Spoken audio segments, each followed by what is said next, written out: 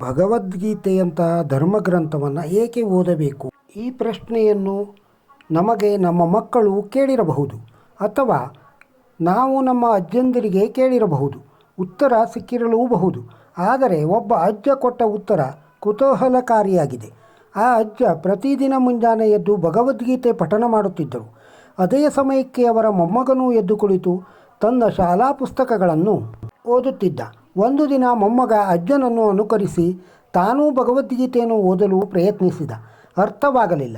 ಕೆಲವು ದಿನಗಳ ನಂತರ ಮೊಮ್ಮಗ, ಅಜ್ಜ, ಭಗವದ್ಗೀತೆ ಪುಸ್ತಕವನ್ನು ನಾನು ಓದಲು ಪ್ರಯತ್ನಿಸಿದೆ, ಆದರೆ ನನಗೆ ಏನೂ ಅರ್ಥವಾಗಲಿಲ್ಲ. ಅರ್ಥವಾದ ಅಲ್ಪ ಸ್ವಲ್ಪ ಕೂಡ ನೆನಪಿನಲ್ಲಿ ಉಳಿಯುವುದಿಲ್ಲ ಎಂದ. ಅಜ್ಜ, ಅರ್ಥವಾದರೂ ಅರ್ಥವಾಗದಿದ್ದರೂ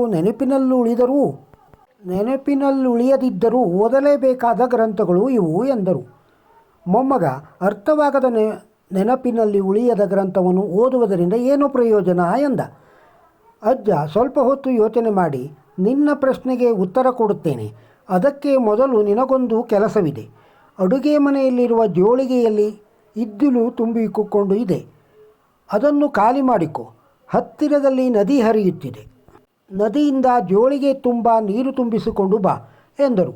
ಮೊಮ್ಮಗ ಜೋಳಿಗೆಯನ್ನು ಖಾಲಿ ಮಾಡಿದ. ಇದ್ದಿಲು ಹಾಕಿಟ್ಟಿದ್ದರಿಂದ ಜೋಳಿಗೆ ಕಪ್ಪು ಕಪ್ಪಾಗಿತ್ತು. ಆತ ಅದನ್ನು ತೆಗೆದುಕೊಂಡು ನದಿಗೆ ಹೋದ. ಜೋಳಿಗೆಯನ್ನು ನೀರಿನಲ್ಲಿ ಅದ್ದಿ ನೀರು ತುಂಬಿಸಿಕೊಂಡು ಮನೆ ಕಡೆ ಧಾವಿಸಿದ. ಜೋಳಿಗೆ ಬಟ್ಟೆಯಾದ್ದರಿಂದ ಮನೆಗೆ ಬರುವಷ್ಟರಲ್ಲಿ ನೀರೆಲ್ಲ ಸೋರಿ ಹೋಗಿತ್ತು. ಮೊಮ್ಮಗ ಅಜ್ಜನಿಗೆ ಜೋಳಿಗೆಯಲ್ಲಿ ನೀರು ತರುವುದು ಕಷ್ಟ, ಇಲ್ಲಿಗೆ ಬರುವಷ್ಟರಲ್ಲಿ ಎಲ್ಲ ಸೋರಿ ಹೋಗುತ್ತಿದೆ, ಬಿಂದಿಗೆಯಲ್ಲಿ ನೀರು ತರಲೇ ಎಂದು ಕೇಳಿದ. ಅಜ್ಜ, ನನಗೆ ಬಿಂದಿಗೆಯ ನೀರು ಬೇಡ, ಜೋಳಿಗೆಯ ನೀರೇ ಬೇಕು ಎಂದರು. ಮೊಮ್ಮಗ ಮತ್ತೊಮ್ಮೆ ನದಿಗೆ ಧಾವಿಸಿ ಜೋಳಿಗೆಯಲ್ಲಿ ನೀರು ತುಂಬಿಸಿಕೊಂಡು ಮನೆಗೆ ಬರುವಷ್ಟರಲ್ಲಿ ಮತ್ತೆ ನೀರೆಲ್ಲ ಸೋರಿ ಹೋಗಿತ್ತು. ಅಜ್ಜ, ಮತ್ತೆ ಹೋಗು, ಜೋಳಿಗೆಯಲ್ಲೇ ನೀರು ತೆಗೆದುಕೊಂಡು ಬಾ ಎಂದರು. ಮೊಮ್ಮಗ ಮತ್ತೆ ನದಿಗೆ ಓಡಿದ. ಅಪರೂಪದ ಮೊಮ್ಮಗ ಅಜ್ಜನ ಮಾತನ್ನು ಚಾಚೂ ತಪ್ಪದೆ ಪ್ರತಿಭಟಿಸದೆ ಪಾಲಿಸುತ್ತಿದ್ದ. ಹೀಗೆ 10 ಸಾರಿ ನಡೆಯಿತು. ಆದರೆ ಜೋಳಿಗೆಯಲ್ಲಿ ನೀರು ತರಲಾಗಲಿಲ್ಲ. ಮೊಮ್ಮಗ, ಅಜ್ಜ, ನಾನು 10 ಅಲ್ಲ 100 ಸಾರಿ ಪ್ರಯತ್ನಿಸಿದರೂ ಜೋಳಿಗೆಯಲ್ಲಿ ನೀರು ತರಲು ಆಗುವುದಿಲ್ಲ. ಮನೆಗೆ ಬರುವಷ್ಟರಲ್ಲಿ ಎಲ್ಲವೂ ಸರಿ ಹೋಗುತ್ತದೆ ಎಂದ. ಮಗು, ನೀರು ಸೋರಿ ಹೋಗುತ್ತದೆ ಎಂಬುದು ನಿಜ, ಚಿಂತೆ ಇಲ್ಲ. ಆದರೆ ಜೋಳಿಗೆ ಈಗ ಹೇಗಾಗಿದೆ ನೋಡು ಎಂದರು. ಮೊದಲನೆಯ ಸಾರಿ ನದಿಗೆ ಹೋದಾಗ ಜೋಳಿಗೆ ಇದ್ದಲಿನ ಕಪ್ಪು ಬಣ್ಣದಲ್ಲಿತ್ತು. ಈಗ 10 ಸಾರಿ ನದಿಗೆ ಹೋಗಿ ನೀರು ತುಂಬಿಸಿಕೊಂಡು ಬರುವಷ್ಟರಲ್ಲಿ ಕಪ್ಪು ಜೋಳಿಗೆ ಬಿಳಿಯ ಜೋಳಿಗೆಯಾಗಿತ್ತು. ಅಂದರೆ ಕೊಳೆಯನ್ನೆಲ್ಲ ಕಳೆದುಕೊಂಡು ಶುಭ್ರವಾಗಿತ್ತು.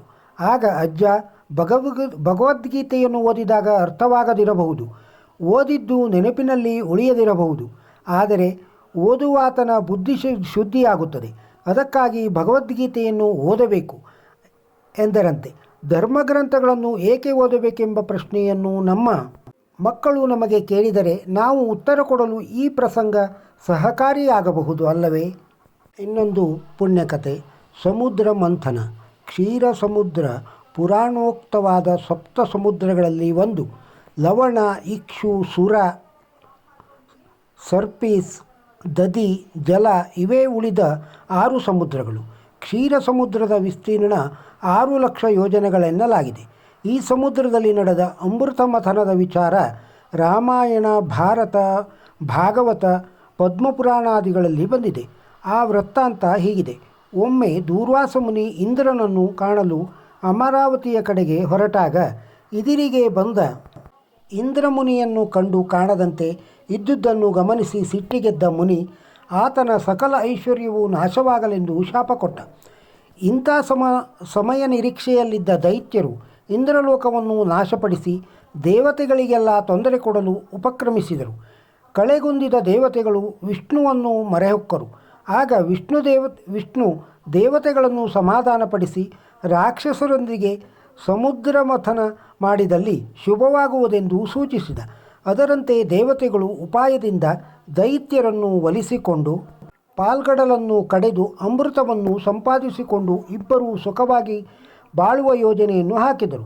ಸ್ವಭಾವದಿಂದ ಅಲ್ಪತೃಪ್ತರಾದ ದಾನವರು ದೇವತೆಗಳ ಮಾತನ್ನು ನಂಬಿ ಮಂದರ ಪರ್ವತವನ್ನು ಕಡೆಗೋಲಾಗಿಯೂ ವಾಸುಕಿಯನ್ನು ಹಗ್ಗವನ್ನಾಗಿಯೂ ಮಾಡಿಕೊಂಡು ಅಮೃತಕ್ಕಾಗಿ ಸಮುದ್ರವನ್ನು ಮಥಿಸಲು ಆರಂಭಿಸಿದರು.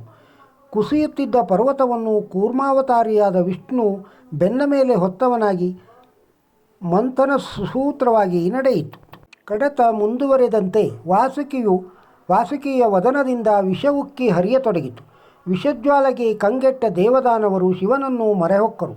ಶಿವ ಆ ವಿಷವನ್ನು ಪಾನ ಮಾಡಿ ವಿಷಕಂಠನಾದ. ಅನಂತರ ಸಮುದ್ರದಿಂದ ಕಾಮಧೇನು, ಉಚ್ಚೇಶ್ವರವಸ್ಸು, ಐರಾವತ, ಕೌಸ್ತುಭಮಣಿ, ಚಂದ್ರ, ಲಕ್ಷ್ಮಿ, ಅಪ್ಸರ ಸ್ತ್ರೀಯರು ಹುಟ್ಟಿಬಂದರು. ಕೊನೆಯಲ್ಲಿ ಧನ್ವಂತರಿ ಒಂದು ಕೈಲಿ ಅಮೃತವನ್ನು, ಮತ್ತೊಂದು ಕೈಲಿ ಅಣಲೆಕಾಯಿಯನ್ನು ಹಿಡಿದು ಬಂದ. ಧನ್ವಂತರಿಯ ಕೈಯಲ್ಲಿದ್ದ ಅಮೃತ ಕಳಶವನ್ನು ದಾನವರು ಅಪಹರಿಸಿದರು. ಆದರೆ ವಿಷ್ಣು ಮೋಹಿನಿ ರೂಪದಿಂದ ಅಮೃತವನ್ನು ಪಡೆದು ದೇವತೆಗಳಿಗೆ ಬಡಿಸಿದ. ಅಂದಿನಿಂದ ದೇವತೆಗಳು ಅಮರತ್ವವನ್ನು ಪಡೆದರು.